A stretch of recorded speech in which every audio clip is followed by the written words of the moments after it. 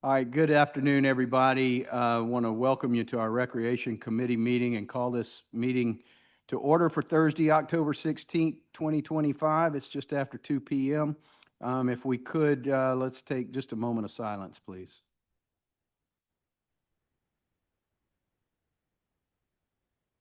Amen. Thank you. Can I get a motion to approve the minutes for September 18th, 2025? So moved. All right, we have a motion to approve the minutes. Can I get a second? Second. Okay, any further discussion on those? Any additions, deletions? If not, all in favor, please say aye. Aye. Aye. Okay, the minutes from September 18th, 2025 have been approved. Next on the agenda, we have public participation. Do we have anybody wishing to speak? Okay. Thank you, Wanda. Appreciate it. We have no public participation signups. So next on our agenda, we have our recreation updates. I'll call on Ms. Yarborough, please. Thank you, Councilmember Shealy. So we are in the middle of our fall youth sports season, which is our busiest youth sports season. We are starting volleyball, girls volleyball playoffs next week. All of our other sports, flag football, tackle football, soccer, baseball, and softball are still in their regular season. Last week's rains really gave us a couple of challenges. We had to reschedule some games and move some things around, but our fields have recovered really well, and we're back on schedule. We'll get the rest of those games made up, but the fields held up really well, Jason, during the rain, so thank you for your all's work on our fields. W.L. Stevens Pool, we're still using that pool. It's an outdoor pool, as you may recall, now that we took the sides off of it. We plan to be using it sparingly, but using it into November, in which case we'll close it and move all of our programs to MLK Pool. Facilities maintenance and I walked around today and made a good list of some items that we're going to address maintenance-wise on the dome, knowing that that's going to be our only pool when we start work at W.L. Stevens Pool in June. So we are there. Our high school swimming program just ended. The kids competed in the state meet. All of our high school swimmers will return to SMART swim team. We're at about 280 right now, which is all we can handle. We're already going to have to rent pool space, so I'll be coming to City Council in December with an agreement to rent some pool water over at St. Andrews Family Fitness Center. And then our tennis program is in the fall season. All of our teams are competing. We had a number of teams that were in Rome, Georgia last weekend playing in intersectionals. So it's been very busy, except for the rain for the past 4 that we had over last weekend. It's just been great weather, and we've had people everywhere. So recreation's going very well. Great. Thank you so much. Any questions for Mr. Yarborough?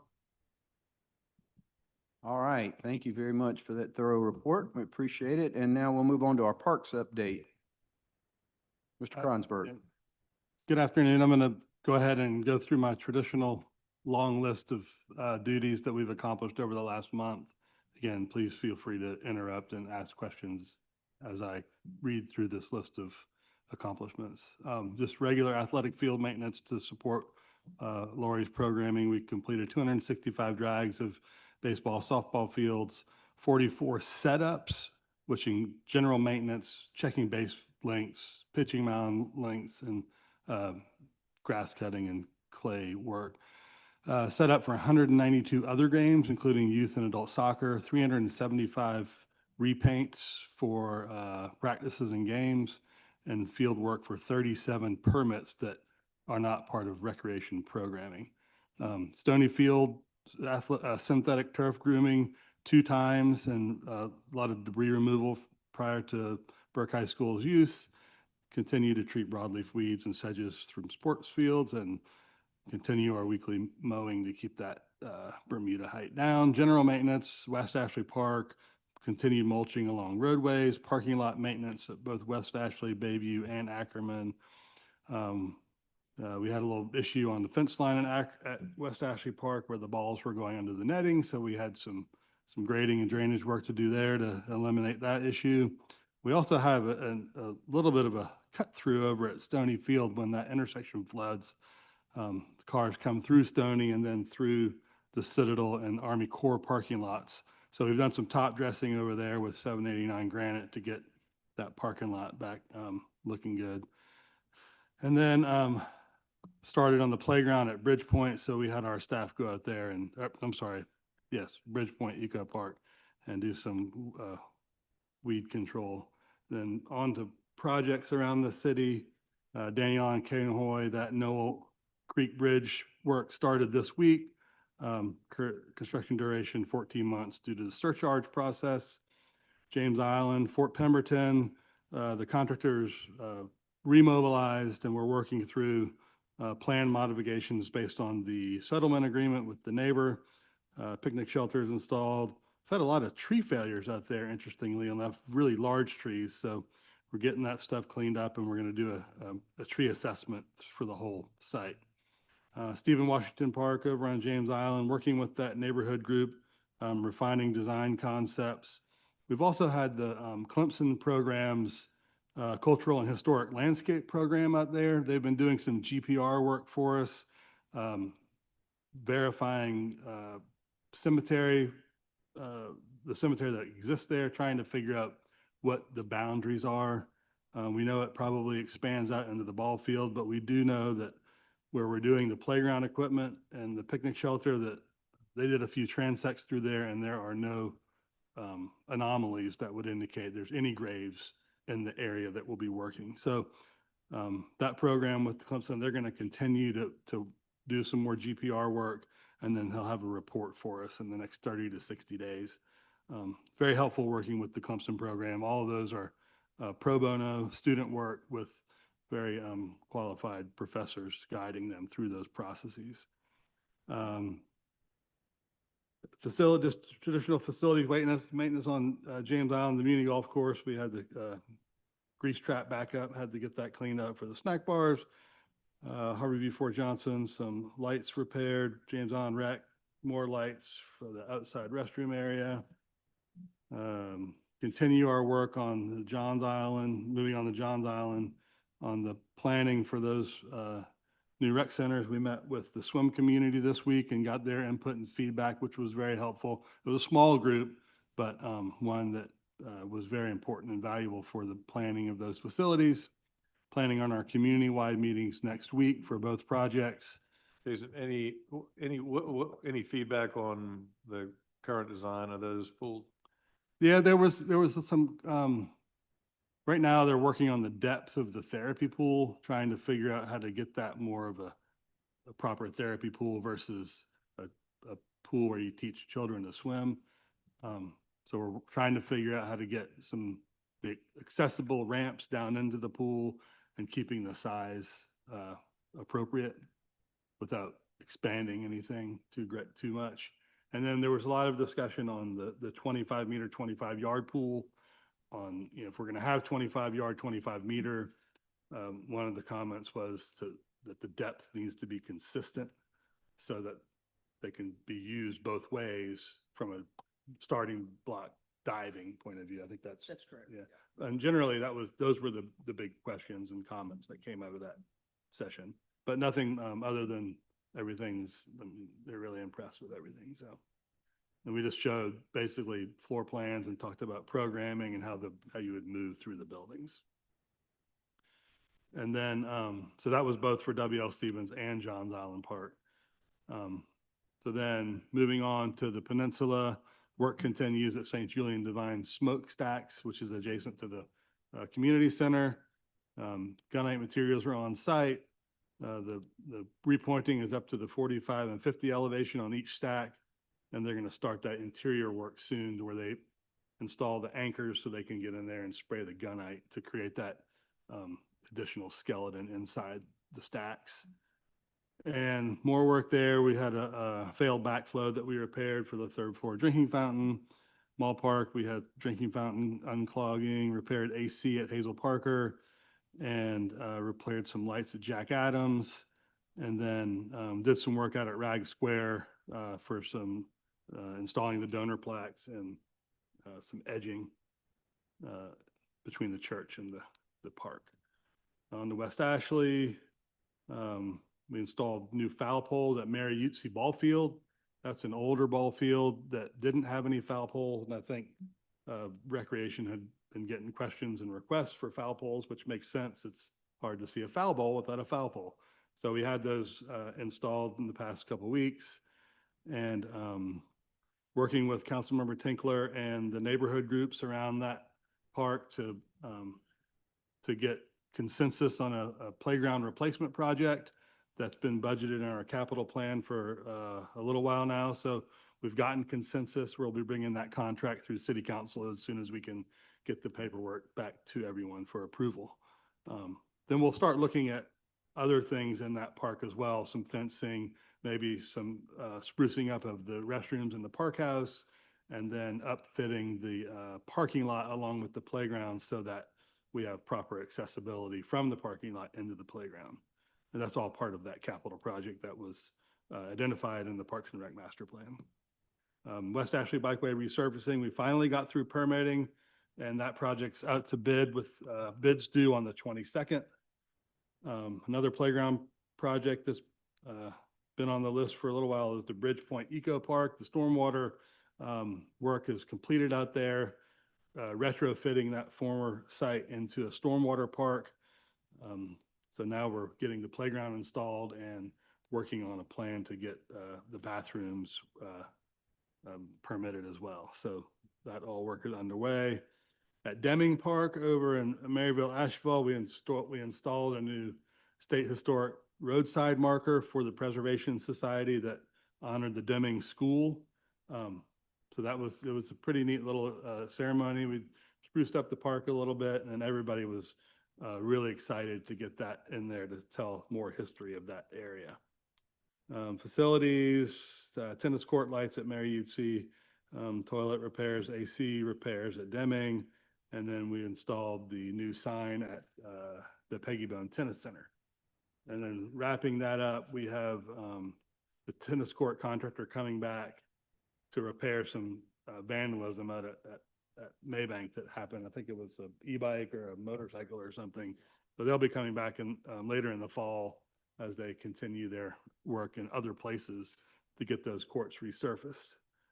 So that's the maintenance and project update. Happy to answer any questions if you have them. Thank you, Mr. Kronsberg. A lot of work there. I appreciate everything there.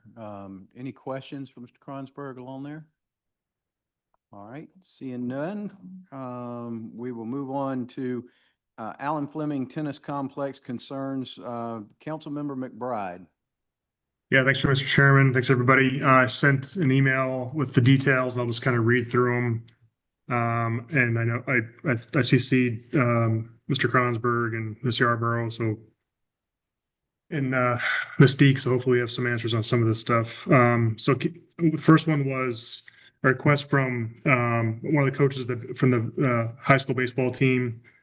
There's people walking dogs or allowing their dogs on the baseball fields. So can we allow CCSD to put no dogs signs on the baseball field fences? So I too have noticed that, and I was going to respond to you before the agenda went out. I created a work order about 2 weeks ago. So this week we've installed signs on all the ball fields. We've got the pickleball time sign reinstalled, and we actually have all new rules signs installed around the park, both in English and Spanish. Was a request from, I believe it was public safety to get that done. So anyway, it's our first park that has a full set of rule signs in Spanish. So anyway, all of the, I think there's 5 or 6 no dogs on fields listing the code. Unfortunately, rules are for rule followers. I'm hopeful that it helps a little bit, but Lori will tell you that when we're both out and about in the parks, we do speak to people about it. We explain to them why there's a code, and it sometimes goes okay, sometimes not, but it definitely is something that happens everywhere. Yeah, totally understand that. Hopefully at least the rule followers will see the signs and not let the dogs go on the fields. Reduce some of the. McBride, additionally, one of Jason's employees contacted Recreation. We ordered 2 more pickleball rules signs that can be placed in other spots around the pickleball courts and tennis courts at Allen Fleming. So those will be installed in 2 weeks when they come in. Awesome. Thanks for that. Thanks for being proactive on all that.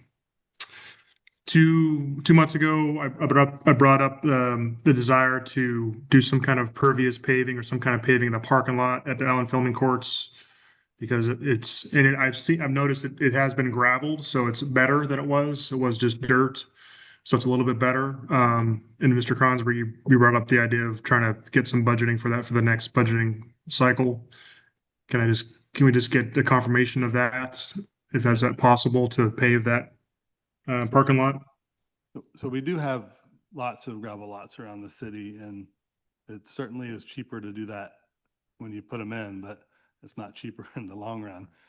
So yeah, we re-gravelled it, we regraded it, compacted it.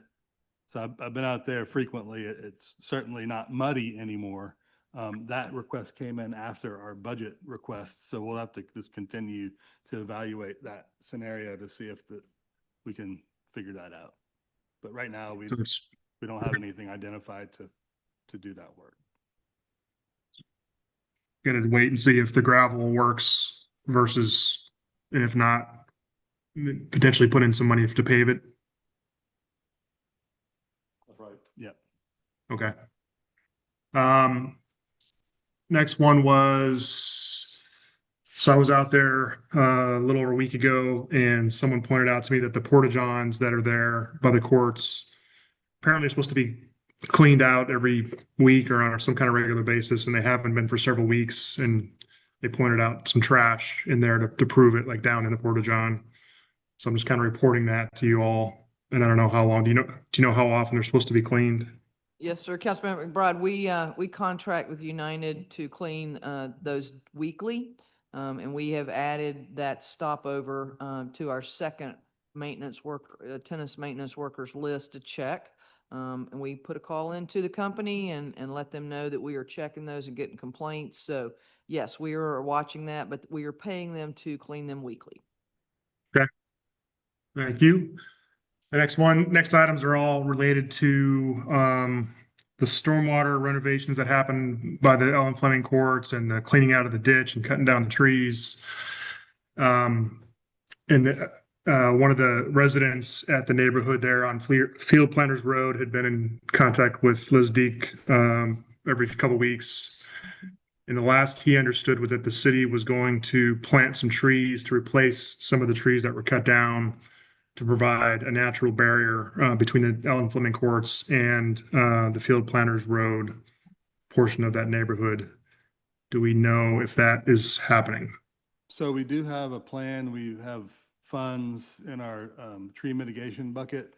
I did ask Charleston County School District, who is online, to give us an update on the CCSD project and the closeout process. We have to wait for all of that stormwater system to be accepted by our stormwater department and the project closed out before we can go plant trees on that steep ditch bank, so we don't affect their closeout process. So I think Chris, is it Chris that's online? Yes, sir. So yeah, Chris, if you just want to give everybody kind of a run through and an update on the project and your punch list and where you might be on your closeout procedures, that would be helpful. Yes, sir, absolutely. So I've discussed with the engineer and with the general contractor, and they are resubmitting their stormwater closeout. It should be by the end of this week. So the engineer believes that they've done everything they need to do to satisfy that closeout. So it's in the process of getting feedback from the stormwater department. And if everything goes well there, it'll be closed out.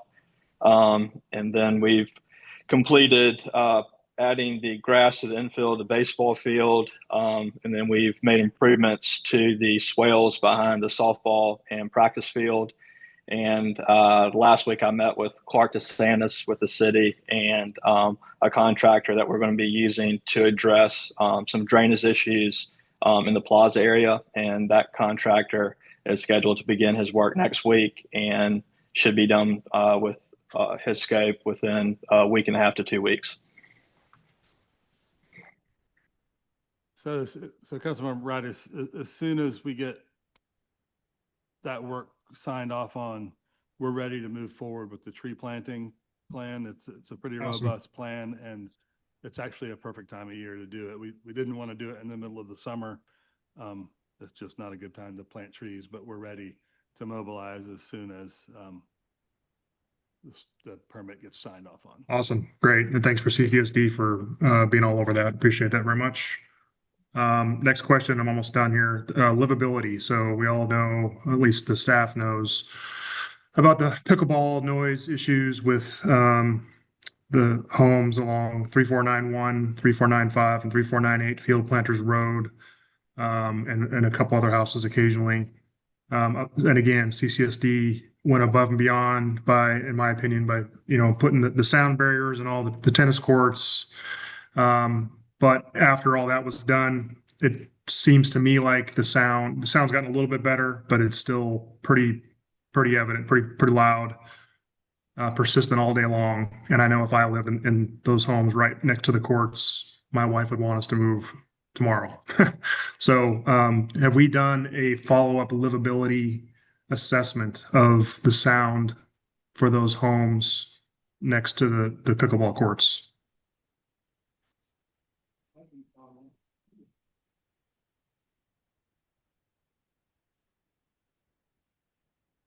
Hey, Councilman, in those situations with the pickleball, I've personally been out there myself when pickleballers were playing. I believe I accidentally ran into the complainant who was basically lives right behind there, was explaining that he's upset. I had to talk with him and told him that sometimes in these situations, noise levels are subjective, and we have to go by our current stipulations and rules, of course. But where I was standing, I personally did not witness that it was that loud, and I was outside, he was outside. I'm not sure if he's willing to invite myself or another livability officer inside the house. That's where typically we will, in any situation, whether it's a restaurant, a bar, you have a certain expectation of your noise level inside versus outside. There's expected noise that you would hear in your backyard versus inside your house. And we then go to the distance of if the air is on, if the windows are open. So we kind of do a deep dive into that just to let the individuals know that, inside your house, yes, if it's that loud, we're going to have a problem. But outside is your typical, Yeah. there's an expectation of certain noises that are going to exist that may not satisfy one versus another. So So when we're talking about, I mean, Councilman Bride, you're asking if there's been an additional assessment.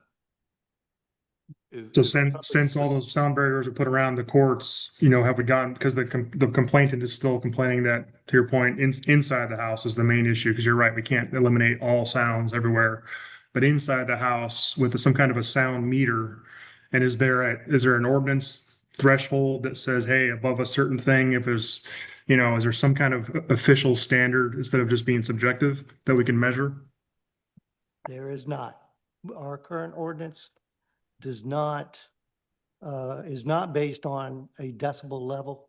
Those levels that some agencies have, some cities have, are also can prove ambiguous because, Let me yeah. be clear. I mean, we do have sound ordinances. Yes. That do relate to certain level of decibels, but this is more for revving of engines or music, not pickleball or, I guess could be PA systems or something like that. But unless we created an ordinance specifically for pickleball and the noise associated with it, which is a whole nother can of worms to open up.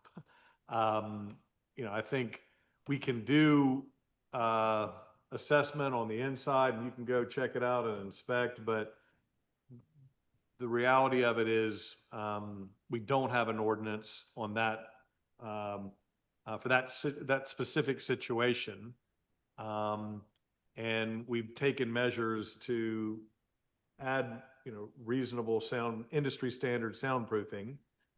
I guess really the question is, if there continue to be complaints, is there any other option short of shutting down pickleball courts, which are used by a lot of people, that can be done? The only other option that I'm aware of at this time is some equipment option. The pickleball community does not like the paddles that are considered padded and quieter. It's not something that's well respected in their game. So that is something some other cities have looked at, but that's the only other option that I have. There's an additional thought, we did move the pickleball courts further away from Mr. Nagurney's house. So, the angle of deflection from the sound has changed. We could move the sound barrier a couple courts over, and it's a bigger project. The sound, we could take the sound barrier off that existing fence and shift it over closer to where the pickleball is now played. Maybe that would help some, but we'd have to put new fencing in and then shift that fabric over. It's a little bit of a bigger project, but it's something. What I'll do, I'll have the gentleman submit a citizen service desk request, just to make it official, just to have it documented what the, audible pickleball sound is inside his home, if he's willing to do that. So that at least we document it. And even though there's no ordinance right now, we can at least compare that decibel level with other standards around other cities in the country and make a more informed decision. Because I also don't like operating in the subjective. It makes things difficult. So I'd rather get it documented what the decibel sound level is on a typical pickleball morning or whatever. And then, Mr. Kronsberg, to your point, then we can decide, okay, yeah, this is excessive, or then move or add a sound barrier to one of the other fences. But I just don't want to not address this to the best we can. And again, CCSD and the city has done a lot to try to mitigate this, done a lot of different things. So it's not like we haven't tried. But it's still an issue that I want to get buttoned up.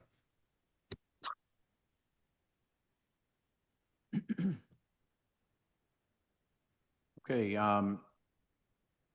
Councilman McBride, I think we covered everything in 6 and item 7. Am I correct there? Are we okay? Yeah, I think there was one more last thing. There was a no pickleball sign before 9 a.m. sign that was pulled out of the ground that needs to be replaced as well. So I just wanted to point that out. That got completed yesterday. Okay, awesome. Thanks. That's all I got. All right, thank you very much, Councilman McBride. We'll move on to item number 8, a discussion regarding adding a tennis professional at the City of Charleston Pettibone Tennis Center, requested by Councilmember Waring.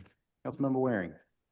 Thank you, Mr. Chairman. By the way, Sunday was a good event. It was raining, and there was somewhere between, 75 and not quite 100 people that turned out for that unveiling of the naming of the center for Ms. Bone. So it was a very good event. While there, I got approached by a lady named Cynthia Hill. I think Ms. Yalbarber, you probably know her. She says she's been playing tennis over there 45 years. Anyway, Yes, I'm gonna give a compliment to you and the city, and certainly Councilmember McBride. I'll read a short part of her email. She says, I'm writing a request that the city consider hiring a dedicated City of Charleston tennis pro who is an employee of the tennis center, like they have done at Maybank Tennis Center. So we're comparing the tennis center at West Ashley to the tennis center at Maybank, Councilmember McBride. To be fair, that's on James Island. I think it's out of my It district. is? Oh, I would love to take credit, but I can't. Okay, well, Same take here. it while you can. I'm giving it. Anyway. Well, it's at the Maybank Tennis Center. As you heard yesterday, community camaraderie and competition are very important to a tennis center for happy members. Tony Young at the Maybank Tennis Center is a perfect example of a job well done as a City of Charleston employee. She has done such an exemplary job at building the center that many players prefer Maybank Tennis Center because they know there's a great support system there.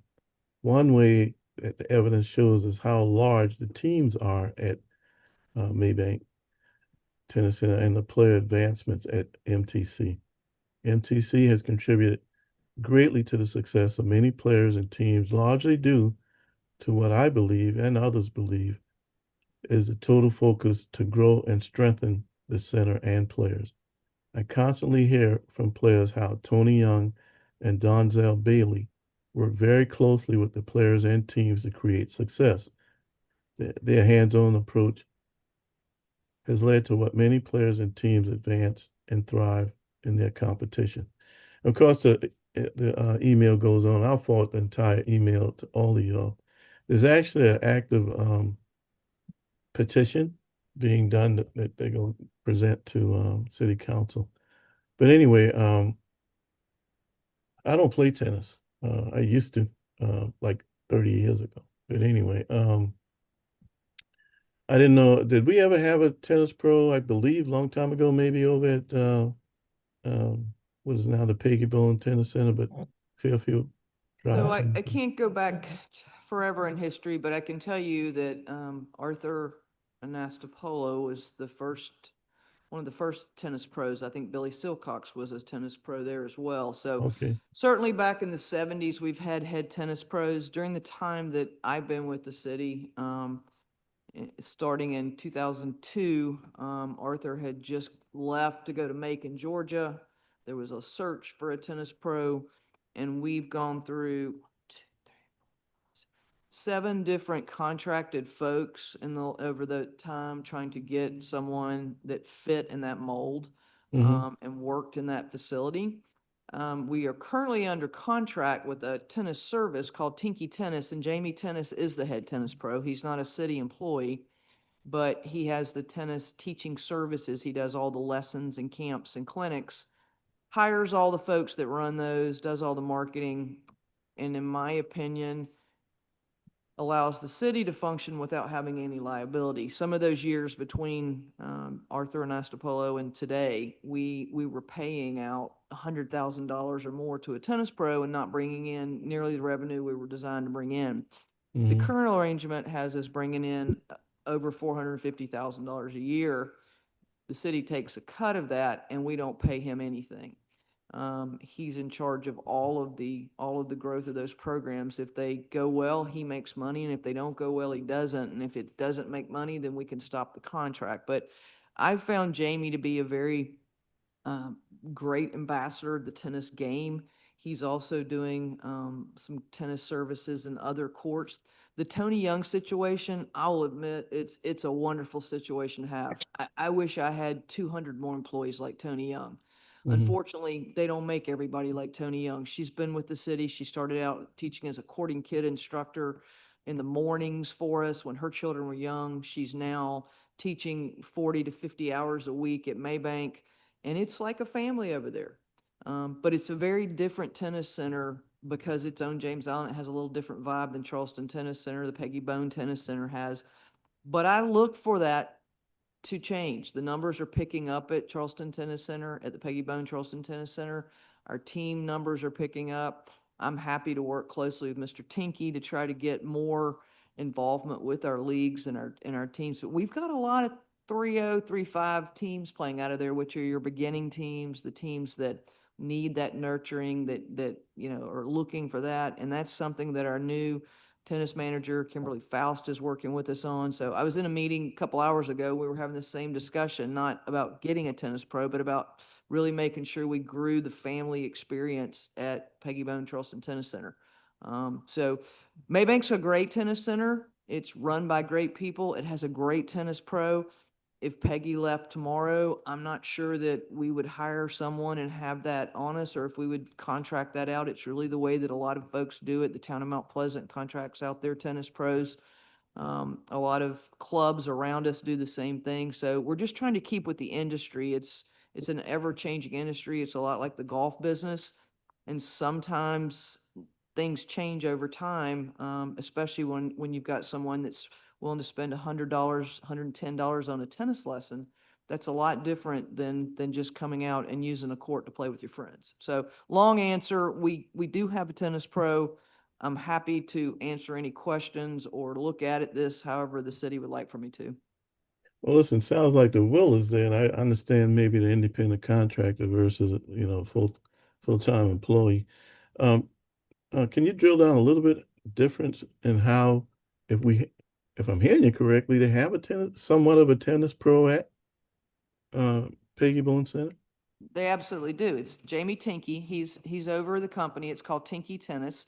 He's on the court 40, 50 hours a week. He was teaching a lesson when I was out there earlier this morning for a meeting. He hires staff that also help him. So in the evenings, if you stop by when the kids are out of school and the adults are playing league matches, Jamie will be on one court teaching clinics, and he may have 2 to 3 other instructors on the other teaching courts doing things for other ages and other skill levels. So we do have an instructional tennis program there. I am very excited by what I've seen in the tennis community over the last 6 months. We're ready to start our elementary middle school program, which predominantly takes place at the Peggy Bone Charleston Tennis Center. I think you'll see Coach Tinky out there with those kids there, just like we do at Maybank Tennis Center. Okay, well, I'll have to circle back with them because what made her think, and there were a number of women came up to me on that, and I left with the impression we didn't have one. So anyway. If you want to share that email with me, I'd be Oh, I happy will. to- I'll push it out. I'd to be happy everybody. to schedule a time to sit down and talk to them, and if they've got some suggestions for me of how I can make it more visible for them or to the community, I'd be willing to do that in a heartbeat to make it better. That'd be great. Thank you. Thank you, Councilman Waring. Appreciate that. I wanted to thank the clerk and Madam Chair for adding, because that was a last minute add to the agenda. So, and thank the committee members for entertaining that. That's why she put it in blue. Well, thank you, Councilman Waring. We appreciate that. Very good meeting, a lot of good information today, and a lot of great work. We want to thank Ms. Yarborough, Mr. Kronsberg, Mr. Riccio for your contributions and all your information and all the work that you do all year long. So if there's nothing else to come before this Well, committee. I do have one thing. And Yes, sir. maybe you went over this, Mr. Kronsberg, but maybe I didn't hear. Where is WPL Park? Guess that falls in recreation. I can answer that. I mean, I think it's, you can answer on the house is torn down, right? So the house has been torn down. It's something that we need to decide, in terms of prioritization on capital projects, because there's money in the budget and has been money in the budget for, some improvements there, but not nearly enough to what it would take to, make it happen. So that's one thing I actually I've been meaning to catch up with you on, Councilman Waring, to discuss what some interim options might be, to try and activate sooner rather than later. Okay. Well, one of the things, this is a conversation for another time, but Act 236, the fee income with tourism dollars, that I think you're in the General Assembly when that passed. But I don't know how that's going, whether we should have a conversation about that, before this budget cycle is done, but that potentially may be a source of revenue, potentially. Sure. All right, is there anything else to come before this committee? If not, we stand adjourned. Thank you. Thank you.